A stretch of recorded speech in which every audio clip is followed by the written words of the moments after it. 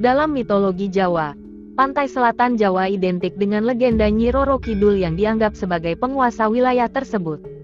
Legenda ini menggambarkannya sebagai sosok ratu laut yang berparas cantik dengan kekuasaannya yang besar. Selain Nyi Roro Kidul, nama Nyi Blorong juga banyak dikenal oleh masyarakat. Namun, ini menimbulkan pertanyaan apakah keduanya merupakan tokoh yang sama. Benarkah demikian? Yuk, simak penjelasannya di bawah ini. Nyi Roro Kidul yang dikisahkan bernama asli Putri Kandita merupakan anak dari pasangan Raja Prabu Siliwangi dengan salah satu permaisurinya. Kecantikan Kandita yang memesona menyebabkan Prabu Siliwangi amat sangat menyayanginya.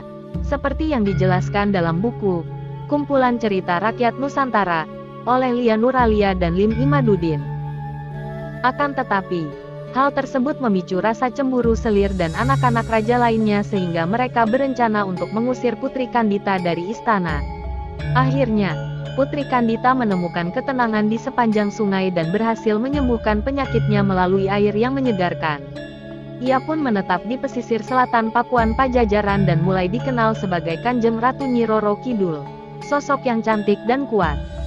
Menurut mitos Jawa, Nyi Roro Kidul seringkali dihubungkan dengan warna hijau sehingga orang-orang meyakini bahwa memakai pakaian berwarna hijau di sekitar pantai selatan Jawa dapat menarik perhatian atau bahkan meminta restu dari Nyi Roro Kidul. Tidak hanya dikenal sebagai penguasa lautan, Nyi Roro Kidul juga dianggap memiliki kekuatan gaib untuk menjaga kelestarian alam dan melindungi penduduk setempat. Oleh karena itu, masyarakat kerap melakukan ritual atau upacara sebagai tanda penghormatan kepada Nyi Roro Kidul, agar mereka dapat hidup harmonis dengan alam di sekitar pantai selatan Jawa. Berdasarkan buku Kanjeng Ratu Kidul dalam Perspektif Islam Jawa oleh Muhammad Solihin, Nyi Blorong dipercayai berasal dari telur yang diawasi oleh Ki Ageng Tambir di Gua Karangbolong, Pelabuhan Ratu. Saat menjalani masa pertapaan tersebut, Ki Ageng Tambir diberikan tugas oleh Ratu Kidul untuk menantikan kelahiran telur. Ratu Kidul pun memberitahukan Ki Ageng Tambir bahwa Nyi Blorong nantinya akan ditugaskan untuk menyesatkan dan menggoda manusia. Ratu Kidul juga berkata bahwa makhluk yang menetas dari telur tersebut diakuinya sebagai anak. Gua Karangbolong kini juga dikenal sebagai gua pesugihan dan banyak didatangi oleh orang-orang yang hendak bekerja sama dengan Nyi Blorong demi mendapatkan kekayaan dengan mudah. Menurut penjelasan di atas, dapat disimpulkan bahwa Nyi Roro Kidul dan Nyi Blorong merupakan dua sosok legenda yang berbeda. Terdapat perbedaan kisah yang cukup terlihat antara keduanya. Masih dikutip dari sumber yang sama, disebutkan pula bahwa fenomena-fenomena buruk yang terjadi di kawasan Laut Selatan bukanlah disebabkan oleh perbuatan Ratu Kidul, melainkan tugas Nyi Blorong. Perbedaan Nyi Roro Kidul dan Nyi Blorong. 1. Tugas di Laut Selatan. Seperti yang diketahui bersama, Nyi Roro Kidul konon merupakan ratu penguasa pantai selatan Jawa dan diyakini memiliki pengaruh kuat terhadap wilayah laut tersebut. Mitosnya seringkali menghubungkannya dengan kekuasaan atas gelombang laut, sehingga banyak masyarakat yang percaya bahwa Nyi Roro Kidul memegang kendali terhadap arus dan ombak di wilayah Laut Selatan.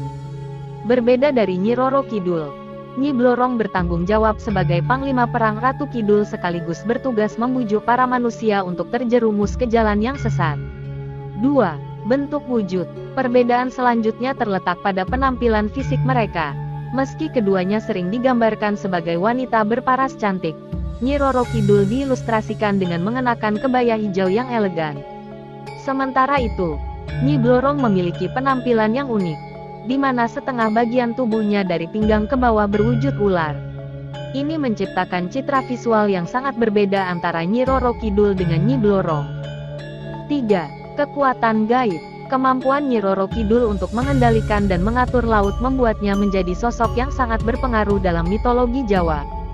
Dia diyakini memiliki kontrol atas gelombang laut dan arusnya. Selain itu, Nyi Roro Kidul juga dianggap sebagai pelindung dan penjaga keselamatan bagi para nelayan yang menggantungkan hidup mereka pada lautan.